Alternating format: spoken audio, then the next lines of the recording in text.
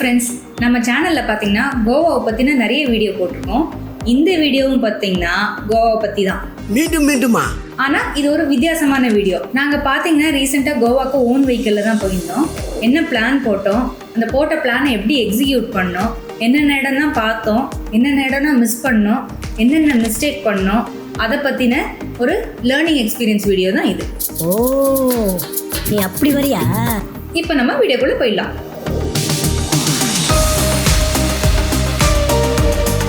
First கோவாக்கு போகிறோம்னு plan பண்ணோன்னா நம்ம முதல்ல நார்த் கோவாக்கு போகிறோமா இல்லை சவுத் கோவாக்கு போகிறோமான்னு பார்க்கணும். இப்போ நார்த் கோவா பார்த்தீங்கன்னா இந்த பார்ட்டி இந்த மாதிரினா இன்ட்ரெஸ்ட் காமிக்கிறவங்க, அப்புறம் இந்த பேச்சுலர்ஸ், இந்த யங் பீப்புள் அவங்கன்னா வந்து இந்த நார்த் கோவாவில் இன்ட்ரெஸ்ட் காமிப்பாங்க. இந்த சவுத் கோவா பார்த்தீங்கன்னா இந்த ஃபேமிலி ஓரியன்டாக ஃபேமிலியோட டைம் ஸ்பெண்ட் கொஞ்சம் அமைதியாக இருக்கணும் அப்படின்னு வந்து எக்ஸ்பெக்ட் பண்ணுறவங்க சவுத் கோவா சூஸ் பண்ணுவாங்க. என்ஜாய்மெண்ட் அந்த மாதிரி இருந்தால் பேசிக்கலாக நார்த் கோவா இருக்கும்.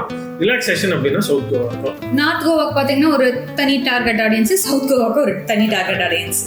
அதுக்கேற்ற மாதிரி நம்ம டிசைட் பண்ணோம். நாங்கள் லாஸ்ட் இயர் பார்த்தீங்கன்னா சவுத் கோவா போய் எக்ஸ்ப்ளோர் பண்ணிட்டோம். ஆனால் இந்த வாட்டி வந்து நார்த் கோவா தான் போகிறோம்.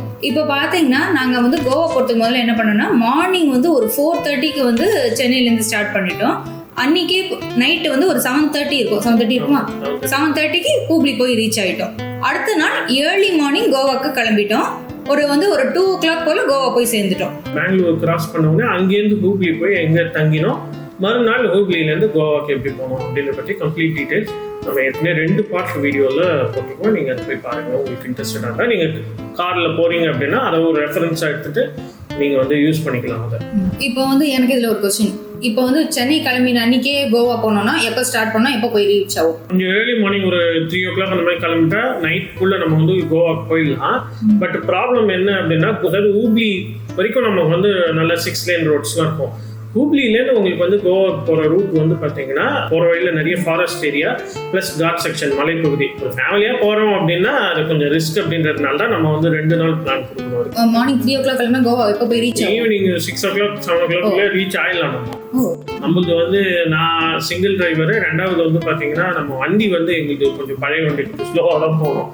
ரொம்ப அடிச்சு சின்ன ஓட்டிட்டு போக முடியாது. அதனால வந்து கொஞ்சம் நாங்கள் ரிலாக்ஸ்டாக போனோம் அப்படின்றதுக்காக தான் இங்கே போனோம். 2வது ரீசன் என்னன்னா, நம்ம வந்து அந்த ஃபாரஸ்ட் ஏரியா காட் செக்ஷன்லாம் டே டைமில் போனால் அதை பார்த்து என்ஜாய் பண்ணிட்டு போவோம். ஒரு சீனிக்காக இருக்கும் அந்த ரூட்டு, அதெல்லாம் பார்த்து என்ஜாய் பண்ணலாம். அது வந்து நைட் டைம் ஈவினிங் மேலே போகிறீங்க அப்படின்னா இருட்டில் போனால் ஒன்றும் தெரியாது. சிங்கிள் டிரைவிங் சொல்கிறீங்களே, நானும் வண்டி ஓட்டுறேன்னா கற்று நல்ல லைசன்ஸ்னு வச்சுக்கோங்க. ஓட்ட கொடுக்க மாட்டேங்கிறீங்க, நான் என்ன பண்ண முடியும்? இன்னும் நம்பிக்கை வரல. ஒரு மேலே நம்பிக்கை தான் வாழ்க்கை தான் நம்பிக்கை. Day 2 நாங்கள் வந்து ஆஃப்டர்நூன் டைமுக்கு வந்து கோவாக்கு ரீச் ஆகிட்டோம். அன்னைக்கு பிளான் படி கொஞ்சம் இடம் சுற்றி பார்க்கலாம் தான் நினச்சோம். ஆனால் அன்றைக்கி சுற்றியே எங்களால் பார்க்க முடியல. ஏன்னா ரொம்ப டயர்டாகி, அது சம்மர் டைமாக ரொம்ப தலைவலி, எல்லாருக்கும் ரொம்ப உடம்பு முடியல. அதனால் வந்து அன்றைக்கி ரெஸ்ட் எடுத்துக்கிட்டு அடுத்த நாள்லேயும் சுற்றி பார்க்கலாம்னு சொல்லிட்டு அன்றைக்கி ரெஸ்ட் எடுத்துக்கிட்டோம். 30 மார்னிங் வந்து நாங்கள் என்ன பண்ணோம்னா, ஏர்லி மார்னிங் ஒரு 7 o'clock அந்த மாதிரி கிளம்பிட்டு வேகட்டார் அப்படின்னு சொல்லி ஒரு இடம் இருக்குது. அந்த ஏரியாவில் இருக்கிற பீச்சஸ் அந்த இடங்கள்லாம் போய் பார்க்கலாம் கிளம்பி போயிட்டோம். ஃபஸ்ட்டு ஸ்பாட் நாங்கள் போனது வந்து ஓஸ்ரான் பீச் அப்படின்னு சொல்லி ஒரு பீச் இருக்குது. இது வந்து ஒரு சீக்ரெட் பீச், நிறைய பேருக்கு தெரியாது. நீங்கள் கூகுள்லேயே கூட ஓஸ்ரான் பீச் அப்படின்னு டைப் பண்ணி பார்த்தீங்கன்னா அதுக்கு ரிவ்யூஸே ரொம்ப கம்மியாக இருக்கும் மற்ற பீச்சை கம்பேர் பண்ணி. பீச்சே வந்து ஒதுக்குப்புறமா இருந்தது. அது போகிற வழியே நிறைய பேருக்கு தெரியாது. அது பீச்சு தேடி போகிறதுக்கே ஒரு சுரங்க பாதை உள்ள போய் போகணும் அந்த மாதிரி இருக்கும். பட் ரொம்ப பியூட்டிஃபுல்லான ஒரு பீச், ரொம்ப நீட்டாக இருந்தது. மோஸ்ட்லி இந்த மாதிரி பீச்சஸ்லாம் சவுத் கோவாவில் நான் இப்போ வச்சு பார்த்துருக்கோம். நிறைய பேர் உட்காந்து மெடிடேஷன்லாம், அவங்க பாறையெல்லாம் இருந்தது, அதில் உட்காந்து ஒரு 2-3 பேர் பண்ணியிருந்தாங்க மெடிடேஷன்லாம். நாங்கள் கூட யோகா பண்ணோம். ஓகே, அந்த ஓசான் பீச் பார்த்து முடிச்சோடனே நெக்ஸ்ட் வந்து பார்த்தீங்கன்னா வேகட்டார் பீச் அப்படின்னு சொல்லி பக்கத்துலேயே இருக்க அந்த பீச்சும் போயிட்டு அதுவும் பார்த்துட்டோம். ஃபைனலாக பார்த்தீங்கன்னா அன்னைக்கு மார்னிங் டைம் ஒரு நிமிஷம், அந்த வேகட்டார் பீச்ன்றது மேலேருந்து பார்த்தோமே, அது மேலே பார்த்தோம்னா அது பக்கத்தில் அந்த சிவாஜி ஸ்டாச்சு இருக்கும். அதுக்கு அந்த சிவாஜி ஸ்டாச்சு இருக்கிற இடம் பேர் வந்து வேகட்டார் ஹில் டாப்னு நினைக்கிறேன். அதுக்கு லெஃப்ட் சைடில் பார்த்தீங்கன்னா ஓஸ்ரான் பீச், ரைட் சைடில் பார்த்தீங்கன்னா வேகட்டார் பீச். வேகட்டார் பீச் ரொம்ப ஃபேமஸ். வியூனா மேலேருந்து பார்க்கும்போது வியூ ரொம்ப நல்லா இருக்கும், சூப்பராக இருக்கும். வேகட்டார் பீச் ரொம்ப சூப்பராக இருக்கும். நிறைய கும்பல் வரும், நிறைய ஃபாரினர்ஸ்லாம் நிறைய பேர் வருவாங்க. ஃபோட்டோ ஷூட்னா கூட நல்லா எடுத்துருந்தாங்க, ரொம்ப நல்லா இருந்தது. ஆப்டான பிளேஸ் ஃபோட்டோ ஷூட். சரி, அதுக்கப்புறமா நெக்ஸ்ட் வந்து பார்த்தீங்கன்னா இந்த வேகட்டார் பீச் பார்த்து முடிச்ச உடனே நான் வந்து போன இடம் வந்து சப்போரா ஃபோர்ட். ஐயோ அம்மா, அது வந்து ஃபோர்ட்டுன்னு உடனே வந்து நான் ரொம்ப ஆசைப்பட்டு போய் அதுவும் நாங்கள் பண்ண அதில் பெரிய தப்பு என்னன்னு பார்த்தீங்கன்னா நல்லா வெயில் ஆரம்பிச்சோடனே போயிட்டோம். அது பெரிய தப்பு. 10 மணிக்கு நல்லா உச்சி வெயில். அது வந்து ரொம்ப எக்ஸ்பெக்ட் பண்ணிட்டு மேலே வந்து போனோம். ரொம்ப கஷ்டப்பட்டு ஏறதுக்குள்ளேயே வந்து எனர்ஜினா போயிடுச்சு. ஆனால் சரி கஷ்டப்படுறதுக்கு பலன் இருக்கும், மேலே பயங்கரமாக இருக்கும்னு சொல்லிட்டு மேலே போய் பார்த்தோம். அந்த வடிவேலு ஒரு படத்துல, மருதமலை படத்துல, கதவை தர உள்ள பார்த்தா ஒண்ணுமே இருக்கு. நீங்க மேல கஷ்டப்பட்டு ஏறி போவீங்க, ஒரு 200-300 படிக்கட்டு ஏறி போனோம். எல்லாத்தையும் ஏறி போய் உள்ள போய் பார்த்தா ஒண்ணுமே கிடையாதுங்க. பட் அங்க எதுக்காக மக்கள் போறாங்கன்னா அந்த இடத்துல இருந்து பார்த்தா வியூஸ் வந்து நல்லா இருக்கும்.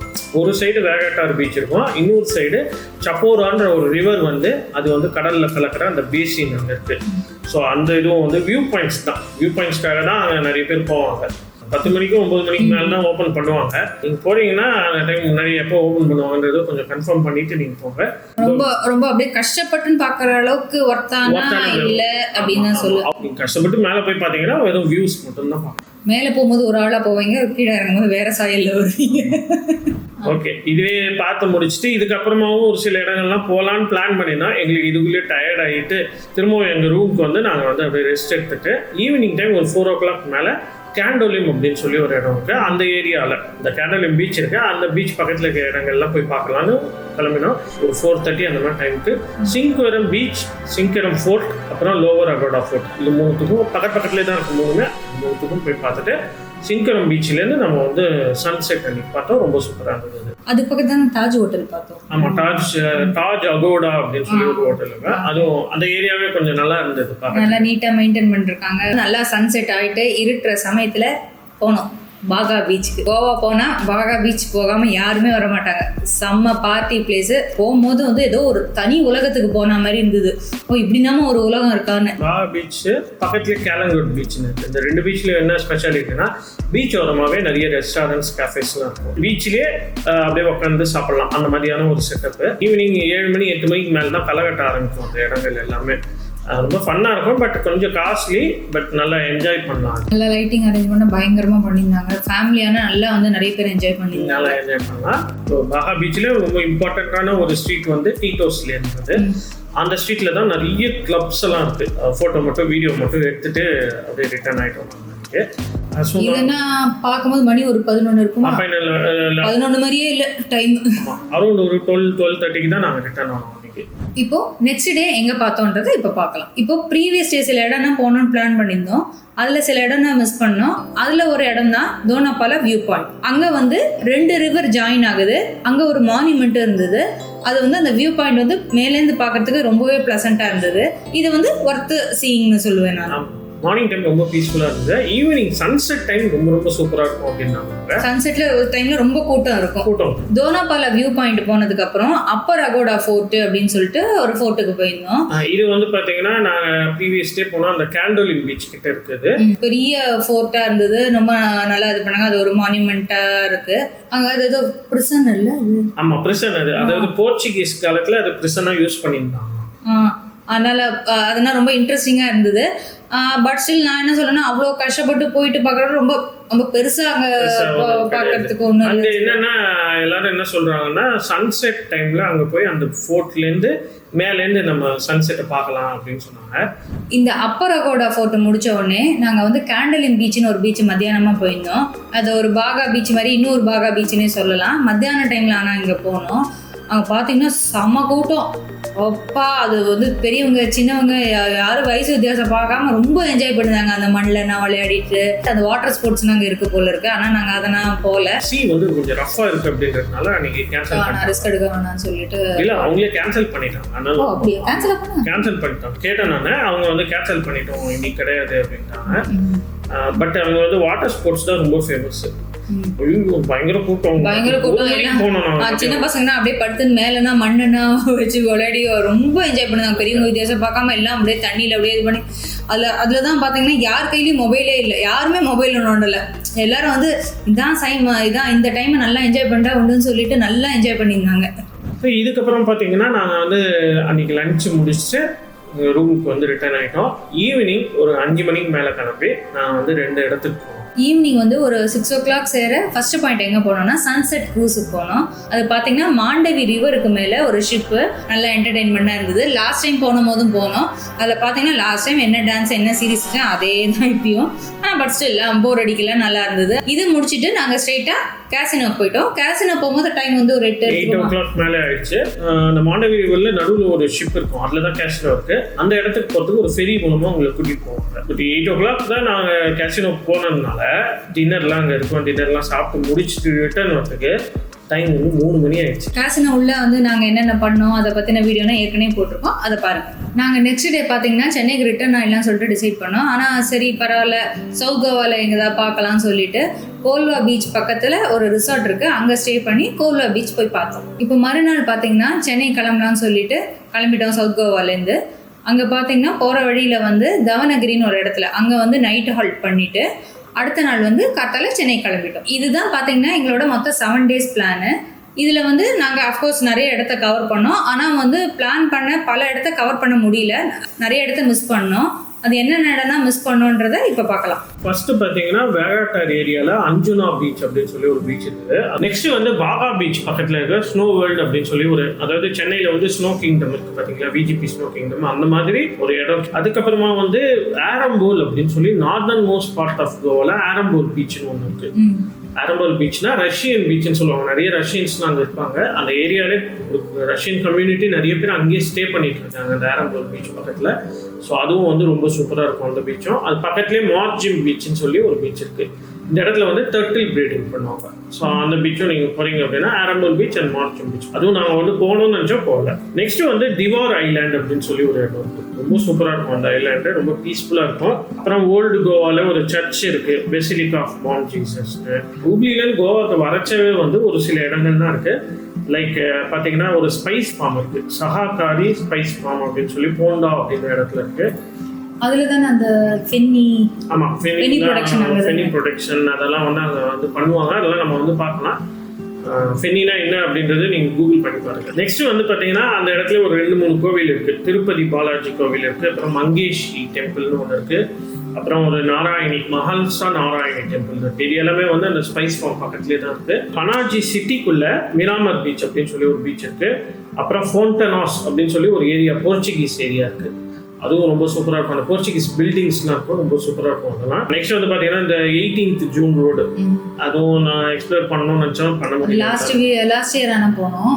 லாஸ்ட் இயர் நாங்கள் போயிருந்தோம். இந்த வருஷம் போனோம், போயிட்டு சும்மா ஒரு கேஷ்யூஸ் மட்டும் வாங்க. கேஷ்யூலாம் ரொம்ப ஃபேமஸ். கோவாக்கான ஒரு சில ஆத்தென்டிக் பொருட்கள்லாம் இருக்கும் இல்லைங்களா, அதெல்லாம் வந்து அந்த 18th ஜூன் ரோடுன்ற ஒரு ஸ்ட்ரீட்டில் ஒரு ஷாப்பிங் ஏரியாவில் இருக்கும். அதை சுற்றி இருக்கிற இடம் 2 வாட்டர் ஃபால்ஸ் போகணும்னு பிளான் பண்ணிட்டு தான் போனோம். பட் அங்கே கேட்ட உடனே அந்த இடத்துல தண்ணியெலாம் இல்லைப்பா அப்படின்ட்டாங்க. ஒன்று வந்து ஆர்வலம் வாட்டர் ஃபால்ஸ், இன்னொன்று வந்து தூத்சாகர். தூத்சாகர் சம்மர் டைமில் கண்டிப்பாக இருக்காது. இப்போ வந்துட்டு இருக்கோம். இப்போ மான்சூன் முடிஞ்சு போஸ்ட் மான்சூன் டைமில் அக்டோபருக்கு மேலே அங்கே போகலாம். ஸோ இதுதான் வந்து இந்த லிஸ்ட் ஆஃப் பிளேசஸ் தான் நாங்கள் வந்து போகலாம் அப்படின்னு சொல்லி பிளான்லாம் பக்காவாக போட்டுட்டோம். பட் நம்ம வந்து அது போக முடியாமல் போயிடுச்சு டியூ டு சம் ரீசன்ஸ். அது என்ன ரீசன்ஸ்னால போக முடியலன்றது பின்னாடி சொல்கிறோம். அண்ட் இப்போ நாங்கள் வந்து பிளான் போட்டோம் அப்படின்னு சொன்னோம் பார்த்தீங்களா, அந்த பிளான் என்ன அப்படின்றத இப்போ பார்த்துடலாம்.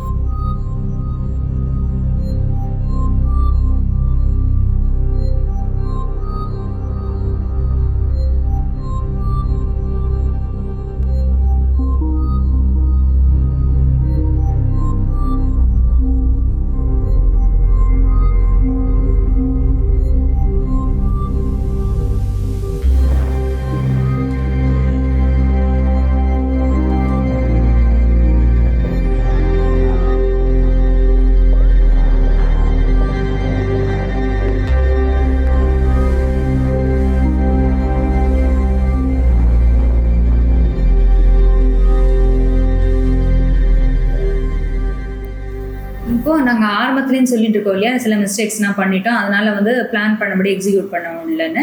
அது என்னென்ன மிஸ்டேக் பண்ணோன்றதை இப்போ பார்க்கலாம். ஸோ இந்த மிஸ்டேக்கெல்லாம் நம்ம அவாய்ட் பண்ணோம்னா பிளான் பண்ணபடி எல்லாத்தையும் கவர் பண்ணலாம். கோவா போயிட்டு வந்து ரிட்டர்ன் ஆகும்போது ஃபுல் திருப்தியோடு வரல, எல்லாத்தையும் கவர் பண்ணோன்றதை. அந்த மிஸ்டேக்ஸ் என்னென்ன அதெல்லாம் நீங்கள் அவாய்ட் பண்ணிக்கோங்க. மிஸ்டேக் நம்பர் 1 பார்த்தீங்கன்னா நல்லா சம்மர் டைமில் கிளம்பினது. சென்னை இந்த சைடில் தமிழ்நாட்டில் வெயில் இருக்கும் பார்த்தீங்களா, கோஸ்டல் ஏரியாவில் வெயில் அதிகமாக தான் இருக்கும். பட் நம்ம ஊரில் இருக்கிற வெயிலை கம்பேர் பண்ணிச்சு கோவாவில் 2 மடங்கு வெயில் அதிகமாக இருக்கும். சுள்ளுன்னு அடிக்கும் அப்படியே வெயில். ஆமாம், சுள்ளு நடிக்கிறது. அதுவும் இத்தனைக்கு ஏசி காரில் தான் போனால் இருந்தாலும் முடியல. 365 நாளும் கோவாவில் வெயில் ஓவராக தான் இருக்கும், ஹெவியாக இருக்குங்க. வின்டர் டைமில் கொஞ்சம் கம்மியாக இருக்கும். அப்போ நம்ம ஊர்லேருந்து போனோம்னா அந்த வெயில் நமக்கு கொஞ்சம் அதிகமாக தான் இருக்கும்.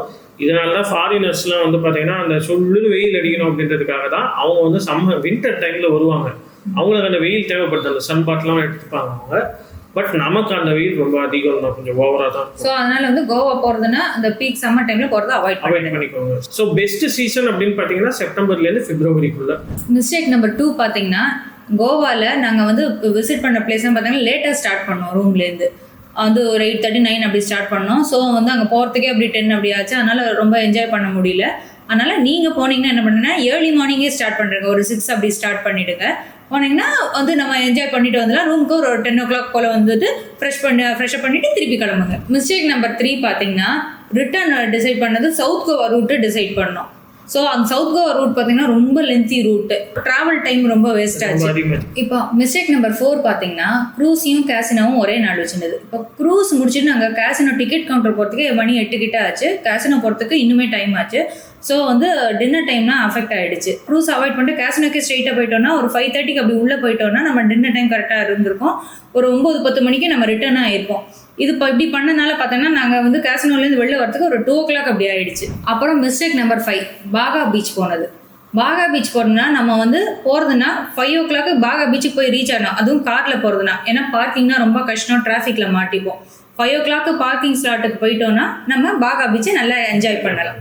நம்ம ஓன் கார் எடுத்துகிட்டு போகும்போது இந்த பாயிண்ட்ஸ்னால் நம்ம ஞாபகம் வச்சுக்கணும். நம்ம ஓன் கார் எடுத்துகிட்டு போச்சு ஒரு சில மித்ஸ் எல்லாம் இருக்குது, அதெல்லாம் என்ன அப்படின்றத பார்த்துலாம். அதெல்லாம் உண்மையாக பொய்யா அப்படின்றதையும் நம்ம வந்து டீபங்க் பண்ணிடலாம். ஸோ மித் நம்பர் 1 பார்த்தீங்கன்னா difficult to travel by car. அதாவது சென்னையிலேருந்து நீங்கள் வந்து கோவாவுக்கு உங்கள் ஊர்லேருந்து தமிழ்நாட்டில் ஏதோ ஒரு ஊர்லேருந்து கோவாவுக்கு போகிறது வந்து கார் மூலமாக போகிறது, ஓன் வெஹிக்கிள் மூலமாக போகிறது ரொம்ப டிஃபிகல்ட் அப்படின்ற மாதிரி ஒரு சிலர் ஃபீல் பண்ணுறாங்க. பட் ஆக்சுவலாக பார்த்தீங்கன்னா ரொம்ப ஈஸி, ரோட்ஸ்லாம் நல்லா இருக்குது, கம்ஃபர்டபுளும் இதுதான். ஆல்மோஸ்ட் 95% ரோட்ஸ் வந்து நல்லா இருக்குது. லாங் டிஸ்டன்ஸ் ட்ரைவ் பண்ணுறது உங்களுக்கு தெரியும் கம்ஃபர்டபுள் அப்படின்னா நீங்கள் கார் மூலமாக போகிறது பெட்டர். செகண்ட் வந்து பார்த்தீங்கன்னா நீங்கள் கோவாவுக்கு போனீங்கன்னா பார்க்கிங் ப்ராப்ளம்லாம் இருக்கும் அப்படின்னு சொல்கிறாங்க. எல்லா டூரிஸ்ட் பிளேசஸ்லையும் இந்த பார்க்கிங் ப்ராப்ளம் இருக்க தான் இருக்குது. அந்த மாதிரி தான் கோவாலையும் அதே லெவல் ஆஃப் ப்ராப்ளம்ஸ் தான் இருக்கும். கோவா கவர்மெண்ட்டே வந்து டூரிசம் டிபார்ட்மெண்ட்டே பார்த்தீங்கன்னா நிறைய அந்த கார் பார்க்கிங்லாம் ஸ்டார்ட் பண்ணியிருக்காங்க. கவர்மெண்ட் கார் பார்க்கிங்லாம் அந்த இடங்கள்ல ப்ரைஸிங்கும் அஃபோர்டபுளாக இருக்கும், சேஃப்டியும் அது நல்லா இருக்கும். அதே மாதிரி ஸ்பேஸும் பார்த்தீங்கன்னா ரொம்ப அதிகமாக இருக்கும். ஸோ அந்த மாதிரி நிறைய பீச்சஸ் பாகா பீச்சில் இருக்குது, கேண்டலின் பீச்சில் இருக்குது, அதுக்கப்புறமா வேகட்டர் பீச்சில் இருக்குது. எல்லா பீச்சஸ்க்குமே இப்போ ஸ்டார்ட் பண்ணியிருக்காங்க. ஸோ பார்க்கிங் ப்ராப்ளம்னா எந்த ப்ராப்ளமும் இல்லை, நீங்கள் கார் கண்டிப்பாக எடுத்துகிட்டு போகணும். மூணாவது வந்து பார்த்தீங்கன்னா நைட் டைம் சேஃப்டியே கிடையாது அப்படின்றாங்க. ஆக்சுவலாக பார்த்தீங்கன்னா கோவா நைட் டைம் தான் வாழ ஆரம்பிக்கிறாங்க கோவாவில் மக்கள். ஸோ ஈவினிங் 9 மணிக்கு மேலே தான் எல்லோரும் அங்கே சுற்ற ஆரம்பிப்பாங்க. ஸோ அதனால் வந்து சேஃப்டி ப்ராப்ளம்லாம் இல்லை. நாங்கள் 2 நாள் வந்து பாகா பீச்லேயும் வரைச்சோம் நைட் 12 மணிக்கு தான் வந்தோம். கேசினோவில் வரைச்சா நைட்டு வந்து 2 மணிக்கு தான் வந்தோம். போலீஸ் பேட்ரோலிங் பார்த்தீங்கன்னா எல்லா இடத்துலையுமே நிறைய இருக்கும். அதனால எந்த பிரச்சனையும் இல்லை, சேஃப்டி ப்ராப்ளம்ஸ்லாம் எதுவும் கிடையாது. இப்போ நம்ம வந்து நாங்கள் போகச்சே எவ்வளோ எக்ஸ்பென்ஸ் ஆச்சு அப்படின்றத உங்களுக்கு ஸ்க்ரீனில் காட்டுறோம், அந்த பட்ஜெட் டீட்டெயில்ஸ். ஸோ உங்களுக்கு அது யூஸ்ஃபுல்லாக இருக்கும் அப்படின்னு நாங்கள் நம்புகிறோம். இன்னொரு மித்தும் இருக்குங்க. நிறைய பேர் கோவாக்கு காரில் போனால் ரொம்ப காஸ்ட்லி அப்படின்னு நினச்சிட்டு இருக்காங்க. ஆக்சுவலாக பார்த்தீங்கன்னா ஃப்ளைட்டில் போனால் அதை விட காஸ்ட்லியாக இருக்கும். ட்ரெயினில் போகிறீங்கன்னா 3rd ஏசியில் கம்ஃபர்டபுளாக போயிட்டு ஒரு டீசெண்டான ஹோட்டலில் 3 days ஸ்டே பண்ணால் கூட உங்களுக்கு இதை விட அதிகமாக தான் செலவாகும். ஸோ காருன்றது ரொம்ப எக்ஸ்பென்சிவ் கிடையாது, கம்பேரிட்டிவ்லி சீப்பர் தாங்க. இந்த வீடியோ பார்த்துட்டு உங்களுக்கு கோவாக்கு போகணுன்ற ஒரு ஆசை வந்ததுன்னா நாங்கள் வந்து எங்களோட பிளேலிஸ்ட்டெல்லாம் சைட்டில் போடுறோம். ஓகே, இந்த வீடியோ உங்களுக்கு பிடிச்சிருக்கும் நாங்கள் நம்புறோம். பிடிச்சிருந்ததுன்னா லைக் பண்ணுங்க, கமெண்ட் பண்ணுங்க, ஷேர் பண்ணுங்கள், நம்ம சேனலை வந்து சப்ஸ்கிரைப் பண்ணுங்கள். அடுத்த ஒரு சூப்பரான வீடியோவில் நம்ம வந்து சந்திக்கலாம். பை.